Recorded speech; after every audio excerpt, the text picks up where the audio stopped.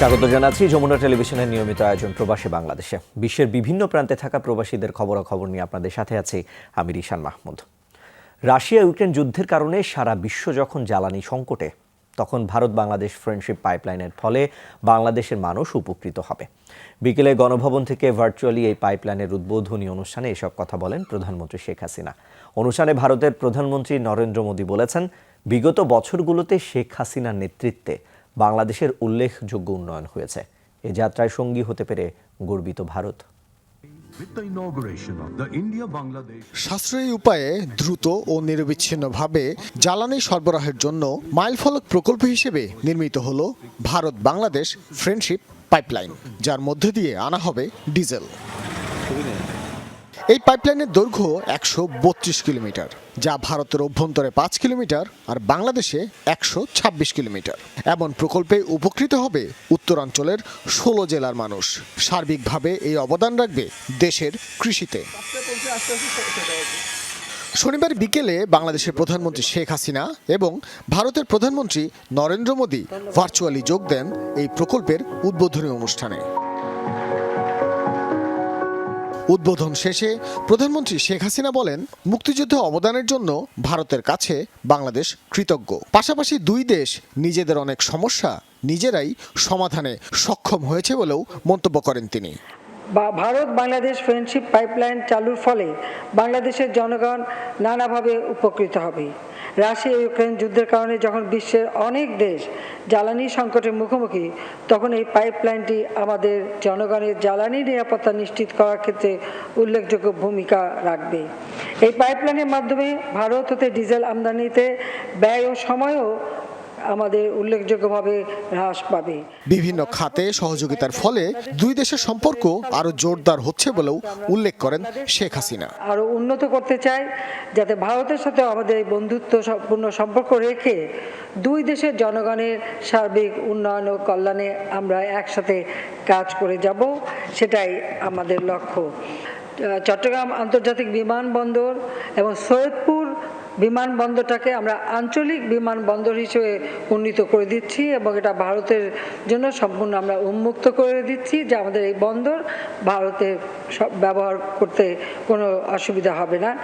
অনুষ্ঠানে ভারতের প্রধানমন্ত্রী নরেন্দ্র মোদী বলেন, বিদ্যুৎ অথবা জ্বালানি খাত যাই হোক না কেন, বাংলাদেশের সাথে কাজ করতে তৈরি ভারত সরকার। प्रधानमंत्री शेख हसीना जी के कुशल नेतृत्व में बांग्लादेश ने उल्लेखनीय प्रगति की है। इस पर हर भारतीय को गर्व है और हमें खुशी भी है कि हम बांग्लादेश की इस विकास यात्रा में योगदान दे पाए हैं। করোনার মাঝেও প্রকল্পের কাজ চলমান রাখায় দুই দেশের প্রধানমন্ত্রী ধন্যবাদ জানান প্রকল্প সংশ্লিষ্টদের। ভাস্কর ভাদুরী, যমুনা নিউজ, ঢাকা। প্রধানমন্ত্রী শেখ হাসিনার সঙ্গে সৌজন্য সাক্ষাৎ করেছেন যুক্তরাজ্যের ক্রস পার্টির প্রতিনিধি দল। রাতে গণভবনে সাক্ষাতে আসা প্রতিনিধি দলে ছিলেন পল bistro, Jane Hunt, পলেট Hamilton, Antony Higginbotham এবং টম হান্ট। বৈঠকে রোহিঙ্গা সমস্যা, বাংলাদেশের আর্থসামাজিক অগ্রগতি, উন্নয়ন এবং নগরীর নারীর ক্ষমতায়ন নিয়ে আলোচনা হয়। বৈঠক শেষে প্রধানমন্ত্রীর ডেপুটি প্রেস সচিব KM শাখাওয়াত মুন সাংবাদিকদের ব্রিফ করেন। তিনি জানান, প্রধানমন্ত্রী ক্রস পার্টির প্রতিনিধি দলকে বাংলাদেশের সার্বিক উন্নয়নে তার সরকারের গৃহীত বিভিন্ন পদক্ষেপ সম্পর্কে অবহিত করেছেন। তারা প্রধানমন্ত্রী শেখ হাসিনার গতিশীল নেতৃত্বে কৃষি, শিক্ষা, স্বাস্থ্য, বিশেষ করে ওষুধ এবং নারীর ক্ষমতায়নের ভূয়সী প্রশংসা করেন।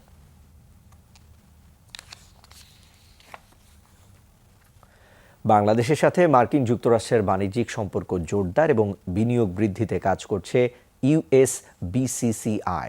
এই লক্ষ্যকে সামনে রেখে আগামী সেপ্টেম্বরে অনুষ্ঠিত হতে যাচ্ছে USBCCI এক্সপো 2023।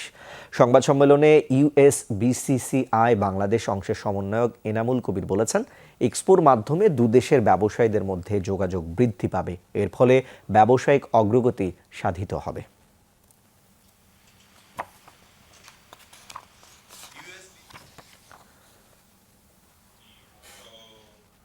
লেবাননে জাতির পিতা বঙ্গবন্ধু শেখ মুজিবুর রহমানের জন্মবার্ষিকী এবং জাতীয় শিশু দিবস উদযাপন করা হয়েছে। বাংলাদেশ দূতাবাসের উদ্যোগে আয়োজন করা হয়। দূতাবাস প্রাঙ্গণে জাতীয় পতাকা উত্তোলনের মাধ্যমে শুরু হয় অনুষ্ঠান। এছাড়া বঙ্গবন্ধুর প্রতিকৃতিতে পুষ্পস্তবক অর্পণ করেন রাষ্ট্রদূত মেজর জেনারেল মোহাম্মদ জাহাঙ্গীর আল মুস্তাদির রহমান। এ সময় প্রধানমন্ত্রী শেখ হাসিনার নেতৃত্বে দেশের উন্নয়নে ভূমিকা রাখার জন্য লেবাননে বসবাসকারী বাংলাদেশিদের প্রতি আহ্বান জানান তিনি। পরে রাষ্ট্রপতি, প্রধানমন্ত্রী, পররাষ্ট্রমন্ত্রী এবং পররাষ্ট্র প্রতিমন্ত্রীর বাণী পাঠ করা হয়। এছাড়া জাতির পিতাকে নিয়ে নির্মিত তথ্যচিত্র প্রদর্শন করা হয়। এছাড়া দিবসটির গুরুত্ব নিয়ে আলোচনা করা হয়। আলোচনা সভায় উপস্থিত ছিলেন দূতালয় প্রধান মোহাম্মদ বাকি বিল্লাহ, শ্রম কাউন্সিলর আবদুল্লাহ আল মামুন, লেবানন শাখার আওয়ামী লীগের নেতাকর্মীরা সহ আরও অনেকে। কাতারে জাতির জনক বঙ্গবন্ধু শেখ মুজিবুর রহমানের ১০৩তম জন্মবার্ষিকী এবং জাতীয় শিশু দিবস উপলক্ষে আলোচনা সভা অনুষ্ঠিত হয়েছে। আওয়ামী লীগ কাতার শাখার উদ্যোগে আয়োজন করা হয়। এতে সভাপতিত্ব করেন সংগঠনের সহসভাপতি আবুল কাশেম এবং পরিচালনা করেন মোল্লা আল রাজিব এবং আল আমিন। অনুষ্ঠানের প্রধান অতিথি হিসেবে ছিলেন ঢাকা সমিতির সভাপতি মোহাম্মদ শাহ আলম খান। বিশেষ অতিথি হিসেবে উপস্থিত ছিলেন বঙ্গবন্ধু পরিষদ কাতার শাখার সভাপতি জাকির হোসেন বাবু। অনুষ্ঠানে আরও উপস্থিত ছিলেন জসিমউদ্দিন দুলাল, আক্তার জামান মামুন, মহিউদ্দিন চৌধুরী, শ্রমিক লীগের সভাপতি তাজুল ওয়াহিদ, মাহবুবুল আলম সহ আরও অনেকে। নতুন করে বিদেশি কর্মী নেওয়ার লক্ষ্যমাত্রা পূরণ হয় নিয়োগ আবেদন প্রক্রিয়া স্থগিত করেছে মালয়েশিয়া। শনিবার দেশটির মানব সম্পদ মন্ত্রণালয় এই ঘোষণা দেয়। এছাড়া পরবর্তী নির্দেশ না দেওয়া পর্যন্ত বিদেশি কর্মীদের অনুমোদনও স্থগিত করা হয়েছে। এক বিবৃতিতে এ তথ্য জানান মালয়েশিয়ার মানব সম্পদ মন্ত্রী। বিবৃতিতে তিনি বলেন, ফরেন ওয়ার্কার এমপ্লয়মেন্ট রিল্যাক্সেশন প্ল্যানে বিদেশি কর্মীদের জন্য কোটার আবেদন এবং অনুমোদন পরবর্তী তারিখ না দেওয়া পর্যন্ত স্থগিত করা হয়েছে। মঙ্গলবার পর্যন্ত দেশটির বিভিন্ন সেক্টরে বিদেশি কর্মীদের জন্য মোট ৯,৯৫,৩৯৬টি কর্মসংস্থার কোটা অনুমোদনের পরই এই সিদ্ধান্ত নেওয়া হলো। দক্ষিণ আফ্রিকায় জাতির জনক বঙ্গবন্ধু শেখ মুজিবুর রহমানের জন্মদিন এবং জাতীয় শিশু দিবস উদযাপন করা হয়েছে। দেশটির বাংলাদেশ হাইকমিশনের উদ্যোগে এই অনুষ্ঠানের আয়োজন করা হয়। বাংলাদেশ জাতীয় পতাকা উত্তোলনের মাধ্যমে শুরু হয় এই আয়োজন। এরপর বঙ্গবন্ধুর প্রতিকৃতিতে পুষ্পস্তবক এবং অনুষ্ঠানে আগত শিশুদের মাঝে চিত্রাঙ্কন প্রতিযোগিতা অনুষ্ঠিত হয়। এতে সভাপতিত্ব করেন হাইকমিশনার নূরি হেলাল এবং পরিচালনা করেন দূতাবাস কর্মকর্তা আলমগীর হোসেন। এ সময় সকলের উদ্দেশ্যে প্রধানমন্ত্রী ও রাষ্ট্রপতির বাণী পাঠ করা হয়। এছাড়া আলোচনা সভায় উপস্থিত ছিলেন দক্ষিণ আফ্রিকা আওয়ামী লীগ এবং যুবলীগের নেতাকর্মীরা।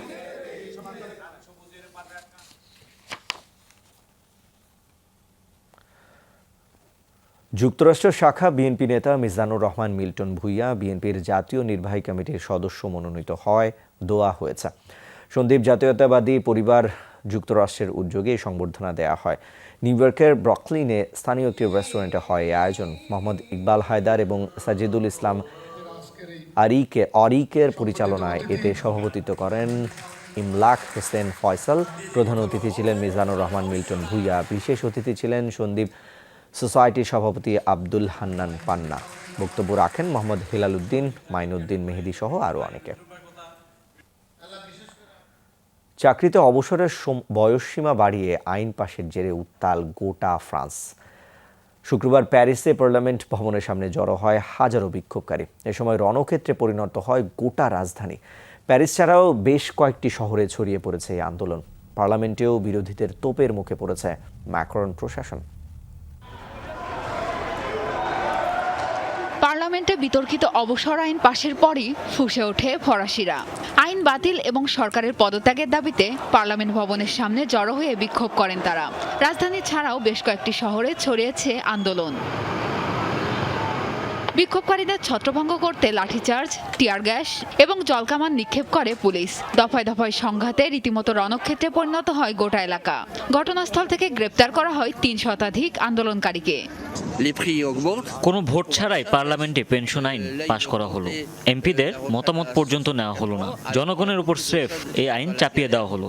এটা আমরা মানি না।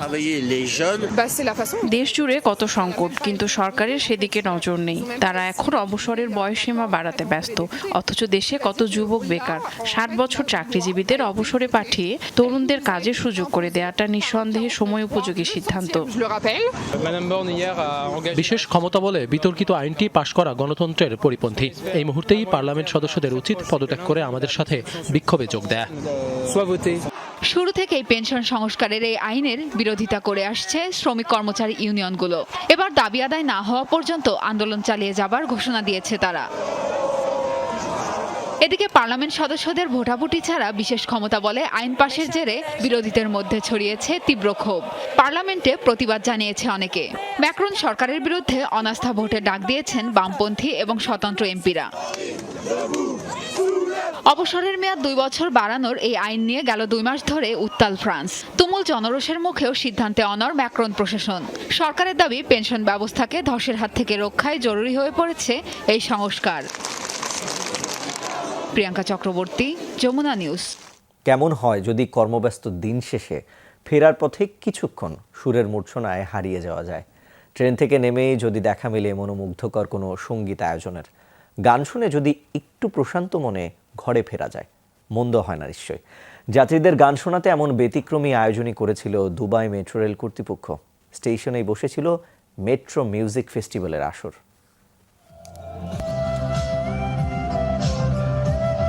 এ যেন দিনভরের ব্যস্ততা শেষে একটুখানি প্রশান্তির ছোঁয়া। ঘরে ফেরার তাড়ার মাঝেও কিছুটা সময় সুরের মাঝে হারিয়ে যাওয়া, সারাদিনের ক্লান্তি ছেড়ে মনটাকে চাঙ্গা করে নেয়া। দুবাইয়ের মেট্রো স্টেশনগুলোতে সপ্তাহ ধরে চলল মেট্রো মিউজিক ফেস্টিভ্যালের তৃতীয় আসর। মেট্রো স্টেশনেই সাজানো হয় মঞ্চ। উদ্দেশ্য পাবলিক পরিবহনের সেবা নিতে জনগণকে উৎসাহিত করা। প্রথমে আমরা সকালের দিকে শোগুলো করতে চেয়েছি, কিন্তু পরে ঘরে ফেরার আগের সময়টা বেছে নেই, যাতে কাজের ক্লান্তি ভুলে সবাই একটু হাসি মুখে ঘরে ফিরতে পারে। দুবাই রোড ট্রান্সপোর্ট অথরিটির সহযোগিতায় ব্র্যান্ড দুবাই নামের একটি সংগঠনের উদ্যোগে করা হয় আয়োজন। সঙ্গীতের পাশাপাশি চলে দেশি বিদেশি নানা বাদ্যযন্ত্রের মনোমুগ্ধকর পরিবেশনা। এত সুন্দর মিউজিক চলছে, বাড়ি ফেরা তাড়া ছিল, তবুও কিছুক্ষণের জন্য দাঁড়ালাম। সত্যি মন বেশ ফুরফুরে লাগছে। উদ্যোক্তাদের ধন্যবাদ এমন চমৎকার আয়োজনের জন্য। দুবাইয়ের 5টি মেট্রো স্টেশনে গেল 6 মার্চ শুরু হয় সঙ্গীতের এই ভিন্নধর্মী উৎসব। গান পরিবেশন করেন সংযুক্ত আরব আমিরাতের শিল্পী সহ বিভিন্ন দেশের শিল্পীরা। হিমাদ্রিতা বর্মন, যমুনা নিউজ। সবুজ রঙে রঙিন হলো হোয়াইট হাউসের ফোয়ারা। শুক্রবার সেন্ট প্যাট্রিকস ডে উপলক্ষে ছিল এই আয়োজন। দিবসটি উপলক্ষে দিনব্যাপী নানা আয়োজন চলে যুক্তরাষ্ট্রে। ফ্লোরিডার স্থানীয় হিলসবুরো নদীর পানিকেও রাঙানো হয় সবুজ রঙে। নৌকায় করে নদীতে ছেটানো হয় সবুজ রং। হাজারো দর্শক ভিড় করেন রঙের এই মনোমুগ্ধকর প্রদর্শনী দেখতে। সবুজ রং দেখা দেয় নিউ ইয়র্কের ম্যানহাটনের 5th এভিনিউতে। দেশটিতে বসবাসরত আইরিশ নাগরিকদের সাথে বিশেষ প্যারেডে অংশ নেয় ফায়ার সার্ভিস ও পুলিশ সদস্যরা। প্রতিবছর 17 মার্চ আয়ারল্যান্ডের ধর্মগুরুর মৃত্যুবার্ষিকীতে পালিত হয় সেন্ট প্যাট্রিকস ডে। নতুন উপাধিতে ভূষিত হলেন ব্রিটিশ রাজবধূ কেট মিডলটন। সেন্ট প্যাট্রিকস ডেতে আইরিশ গার্ড কর্নেলের আনুষ্ঠানিক দায়িত্ব দেয়া হলো তাকে। শুক্রবার দিবসটির বার্ষিক আয়োজনে কেকের হাতের দায়িত্ব হস্তান্তর করেন প্রিন্স উইলিয়াম। এ সময় বেশ উচ্ছ্বসিত দেখা দেয় দুজনকেই। কেটের পরনে ছিল দিবসটির রীতি অনুযায়ী সবুজ রঙের কোট। প্রিন্স উইলিয়ামকে দেখা যায় রেজিমেন্টের পোশাকে। এরপর আয়োজনের বিশেষ প্যারেডে অংশ নেন এই রাজ দম্পতি। কেট আবেগঘন কণ্ঠে নতুন দায়িত্বের জন্য কৃতজ্ঞতা জানান সকলের প্রতি। নিউ ইয়র্ক সহ বেশ কিছু অঞ্চলে নানা আয়োজনে 17 মার্চ পালন করা হয় দিবসটি।